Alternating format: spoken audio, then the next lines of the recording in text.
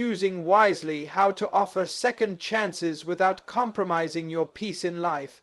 We are often taught that mercy triumphs over judgment, but mercy without wisdom can become a revolving door for pain. There comes a time when the heart must learn the difference between compassion and compromise. Offering a second chance is noble, but when it costs you your peace, it's no longer redemption, it's self-destruction. Today, we confront the tension between grace and guarding our destiny, learning how to extend forgiveness without forfeiting our future. This is not about being cold-hearted, it's about being clear-minded. Forgiveness is a gift you give yourself, but access is a gate you must guard with wisdom. Forgiveness is one of the most liberating forces in the human experience. It releases you from the chains of bitterness, sets your emotions free, and reclaims your power from the one who hurt you. But let us be clear, while forgiveness is essential for your healing, it does not require you to reopen doors that were closed for your protection. Too many people confuse forgiveness with reconciliation. They believe that offering someone a second chance must include re-entering the same relationship, position, or dynamic. That is not wisdom. That is emotional recklessness. Forgiveness is something you do for your peace. Access is something others must earn through change. Granting someone access to your life is a sacred decision because access affects your atmosphere. It influences your energy, your clarity, your focus, and ultimately your purpose. Some people do not just bring mistakes into your life, they bring storms. And while you may forgive them for the storm they caused, it doesn't mean you invite the tornado back in your house. Wisdom teaches us that love can exist from a distance. You can release someone from the offense without releasing them back into your space. Boundaries are not unkind. They are proof that you have finally learned the value of your peace. Forgiveness is internal. It's your personal decision to let go of the debt. But access is external. It involves a standard that must be met. Just because someone is sorry doesn't mean they're safe. Some apologies are nothing more than manipulative keys, crafted to unlock the same door they once broke down. And when you allow them back in without fruit of transformation, you are no longer practicing mercy. You are neglecting your assignment to protect your environment. This principle is not about being harsh or unforgiving. It is about stewarding your peace and purpose. Even Jesus forgave from the cross, but not everyone followed him after the resurrection. Why? Because forgiveness was given, but access remained conditional. The power to release is in your hands, but so is the wisdom to restrict.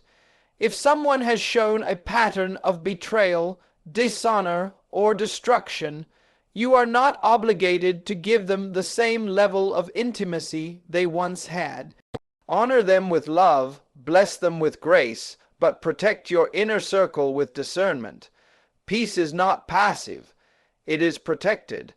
And sometimes the most loving thing you can do for someone is to forgive them and keep moving without them. Don't let guilt or pressure confuse you. Every healed heart doesn't need to become an open door. A second chance is not a reset button for others. It's a test of your discernment. A second chance is often seen as an opportunity for a fresh start, a moment to rewrite the narrative of a broken relationship or situation. But we must understand that a second chance is not a reset button. For the other person, it is a test, a challenge, and a reflection of your own discernment. It is easy to get swept up in the emotion of the moment, feeling as if offering someone a second chance is a grand gesture of forgiveness or love. However, the truth is, offering a second chance is not just about being generous, it's about being wise. Every person who comes to you for a second chance is presenting you with a choice, and that choice must be carefully weighed, not with your heart alone, but with your mind, your values, and your vision for your future. The concept of a second chance should never be handed out carelessly. It is, in essence, a trial run, an opportunity to assess whether someone is truly capable of change, or whether they are merely hoping for another free pass.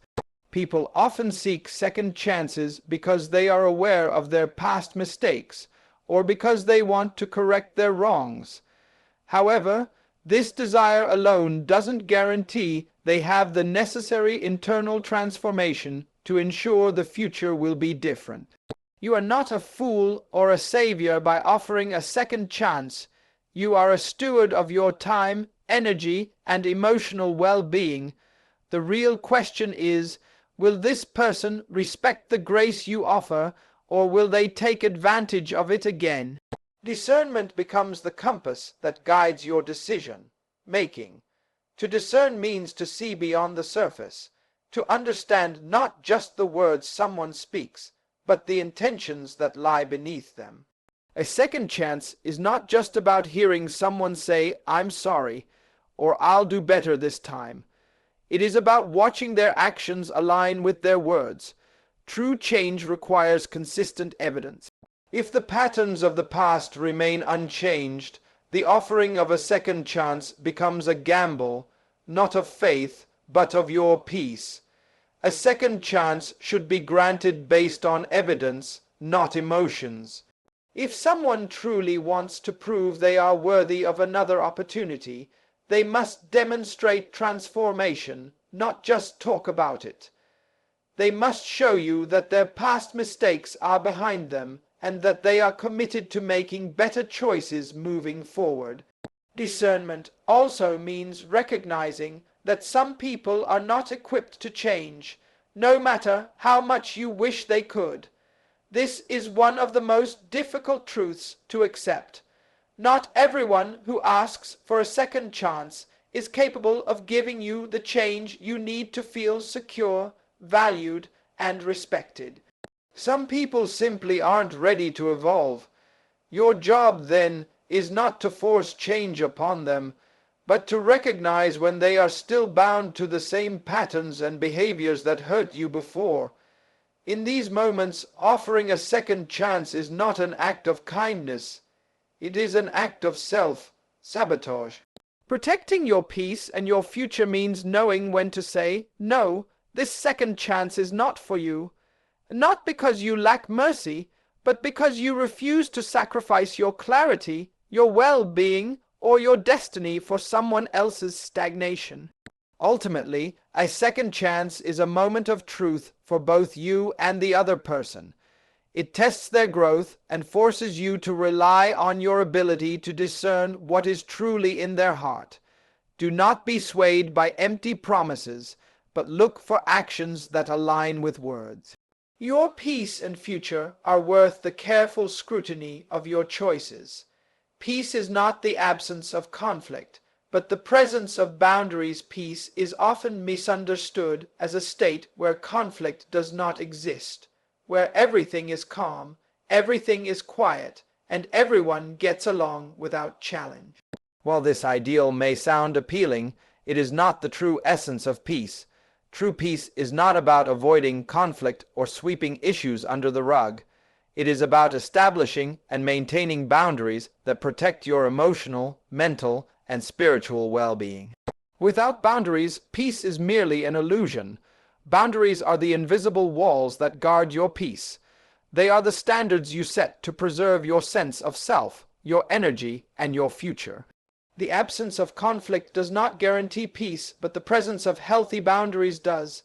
In a world that often demands compliance, people, pleasing, and concession, boundaries can be seen as offensive or controlling. But the truth is, boundaries are one of the most loving things you can offer both yourself and others. Without boundaries, there is no room for respect, no room for self-care, and no space for growth. Boundaries are not about isolating yourself from the world or building walls to prevent connection. Instead, they are about creating a framework where relationships can thrive on mutual respect, honesty, and understanding. When you place boundaries in your life, You are not saying, "I do not care about you." You are saying, "I care about me, and for this relationship to be healthy, we both need to respect each other's limits." The presence of boundaries is a key marker of inner peace. When you know what is acceptable and what is not, when you understand where your limits lie, you are better equipped to face challenges with clarity and calm.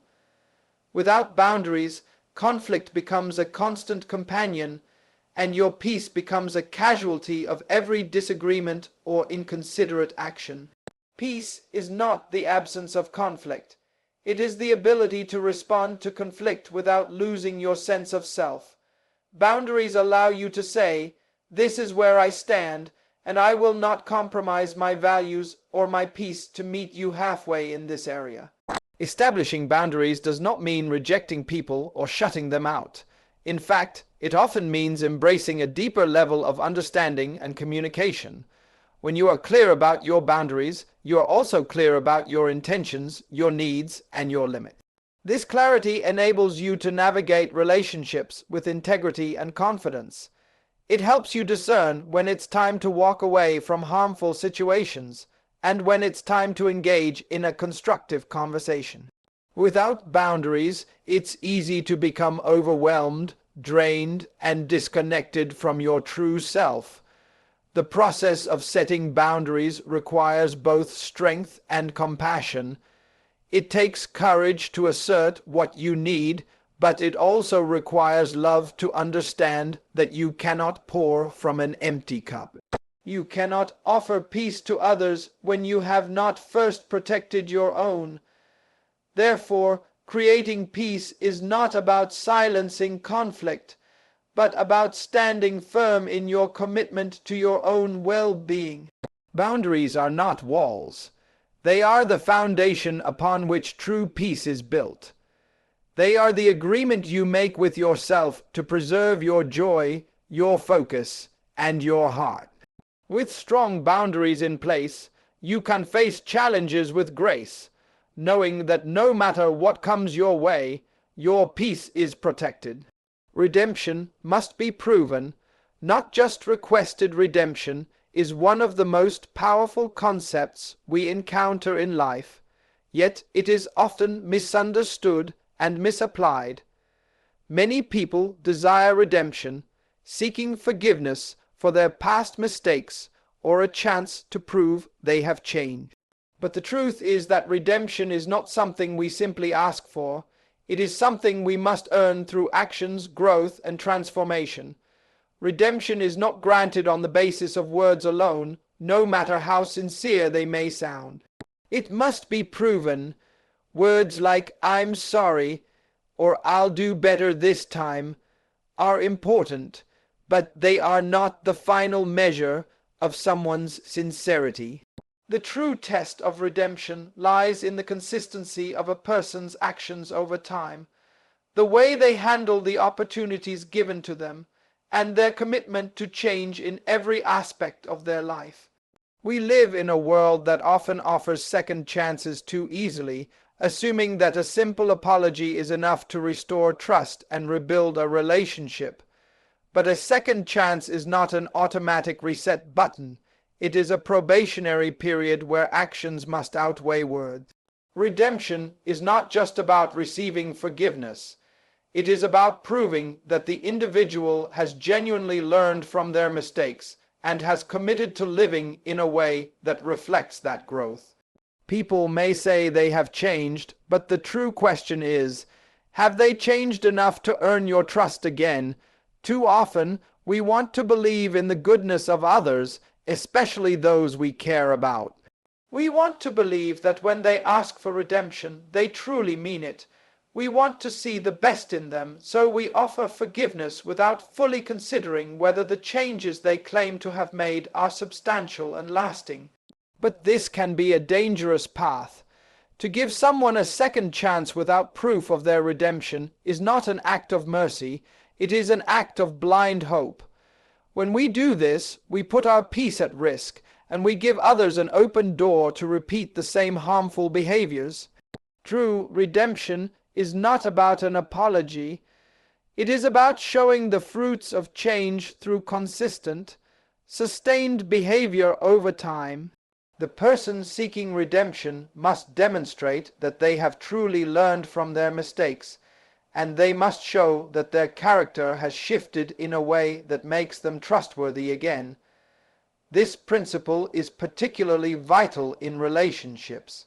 Trust is the foundation of every meaningful connection, whether in friendships, family, or romantic partnerships. When trust is broken, it cannot be rebuilt overnight with mere promises. Trust is earned through actions, through the demonstration of responsibility, respect, and integrity. If someone has hurt you in the past, it's important to give them the opportunity to prove their redemption. But you must be wise in how you offer that opportunity. Redemption doesn't mean offering them unlimited chances to fail. It means creating a space where they can show, through their actions, that they are worthy of your trust once more. If their behavior consistently aligns with their words and they show the necessary growth, then and only then can redemption be considered proven. Otherwise, you are simply allowing yourself to be deceived again. This is not about being unforgiving. This is not about holding on to grudges or refusing to give people the opportunity to grow. In fact, true forgiveness and healing come when we allow people to prove their redemption, not just because we want to believe in their goodness, but because they deserve the chance to show us that they are committed to change. Redemption is not a simple, automatic process. It is a journey that requires hard work, sincerity, and a genuine transformation of character. It is a process that involves consistently making the right choices, taking responsibility for past mistakes, and demonstrating through actions that one is no longer the person they were before. For example, if someone has betrayed your trust or hurt you deeply in the past, offering them a second chance should not come with the assumption that they will automatically be given the same level of access to your life as before.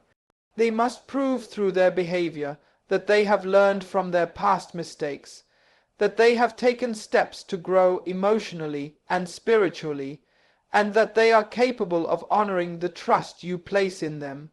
This process takes time, and it requires patience and wisdom. Redemption is not a quick fix. It is a process of rebuilding, brick by brick, trust by trust. If you give someone a second chance without them proving that they are ready, you are essentially enabling their old behavior. But if they are serious about redemption, they will understand that proving their sincerity is a part of the process, and that their actions will ultimately speak louder than any apology. Moreover, redemption must be genuine. It cannot be forced or manipulated. It cannot be about what the other person wants from you. It must be about what they have truly done to better themselves and grow as a person. The key to offering a second chance lies in seeing this genuine transformation. You can forgive someone for their past actions, but only when you see proof of their redemption. Through humility, accountability, and consistent positive change, will it be safe and wise to offer them another opportunity in your life. Redemption is earned, not given. It is a process of transformation that requires consistency, accountability, and humility. Only then can you truly offer someone a second chance without compromising your peace. Your destiny is too valuable to be held hostage by repeated cycles of someone else's dysfunction. Your destiny is a powerful and unique calling, a purpose that is designed specifically for you. It is the sum of your talents, dreams, and life experiences, all pointing you toward a future that is rich with meaning and fulfillment. But there is a dangerous temptation that many people face, the desire to allow their lives to be influenced, shaped, or even controlled by the dysfunctions of others. Whether it's a toxic relationship, an unhealthy friendship, or a family dynamic that never seems to change, there are moments when people can find themselves caught in the repetitive cycles of someone else's pain, mistakes, or lack of growth. The hard truth is that your destiny is too valuable to be held hostage by the ongoing patterns of someone else's dysfunction. If you allow yourself to be bound by someone else's emotional chaos, their unresolved issues, or their toxic behaviors, you risk losing sight of your own purpose and calling. You become distracted, derailed, and ultimately disconnected from the very essence of who you were meant to be. Many people get caught in these cycles because they believe that by staying in these relationships, by constantly helping, forgiving, or fixing, they are being loving or loyal. But this is a dangerous misconception. True love and loyalty do not involve sacrificing your own growth, peace, or purpose. In fact, when you constantly put yourself in a position where you are enabling someone else's dysfunction, you are not helping them. You are holding them back from experiencing true growth themselves. And in doing so, you are sacrificing your own potential. The more you become entangled in their problems, the more your own life begins to fade into the background, and the more difficult it becomes for you to move toward the future you were meant to embrace. When you choose to stay stuck in someone else's cycle of dysfunction, you are essentially forfeiting your future. You cannot move forward when you are constantly looking back or trying to fix something that is beyond your control. There comes a point when you must recognize that no amount of love, care, or effort on your part will change someone who is not willing to change themselves. You cannot fix, heal, or save someone who is not committed to their own healing. The idea that your presence, your effort, or your sacrifice will be the catalyst for their transformation is not only misguided, but it is also dangerous. It will drain you, exhaust you, and ultimately leave you stuck in a cycle of emotional bondage that robs you of your time, energy, and peace. Your destiny is far too important to be held hostage by this kind of emotional and psychological captivity. The painful reality is that some people may never change. Some people may continue to live in their dysfunction, perpetuating the same harmful patterns that prevent them from growing, healing, or evolving. This is not your burden to bear. It is not your responsibility to carry the weight of someone else's unhealed wounds, or to live your life in the shadow of their unresolved issues. Yes, you can offer support, guidance, and even forgiveness. But when it becomes clear that their dysfunction is preventing you from stepping into the fullness of your own destiny, you must make the difficult decision to let go. This is not about abandoning them. It is about protecting your own life from being derailed by their choices. In order to move forward, you must acknowledge that your life is not meant to be a backdrop for someone else's drama. Your life is a story that needs to be written with intention, purpose, and clarity. If you are constantly held back by the dysfunctional patterns of those around you, you will find yourself living in a state of emotional limbo, unable to step into the fullness of your potential. Your time, your energy, and your focus are precious resources that should be invested in things that propel you forward, not in things that drain you and keep you stuck. Every time you allow someone else's dysfunction to dictate your emotional state, you are surrendering a piece of your power. Every time you choose to stay in a toxic relationship or an unproductive cycle, you are telling the universe that your destiny is not worth protecting. But here's the good news. You have the power to break free. You have the ability to choose your own path, regardless of the chaos others bring into your life. Your future is not tethered to the actions or choices of anyone else. You have the right to make decisions that honor your growth, peace, and purpose. You have the responsibility to protect your destiny, even if that means walking away from relationships or situations that no longer serve you. You do not need permission from anyone to prioritize your own life. Your calling is too great, your purpose too powerful, and your destiny too important to be held back by the dysfunction of others. It's time to take your power back. It's time to recognize that you are not obligated to stay stuck in someone else's story. Your life is your own, and it is meant to be lived fully, without the constant interference of other people's unresolved issues. When you begin to protect your peace and your purpose, you will find that doors open, clarity emerges, and opportunities appear that will align with the life you are meant to create. Your destiny is too valuable to be held hostage by anyone or anything. It's time to move forward, to embrace the fullness of your potential, and to claim the life that is waiting for you.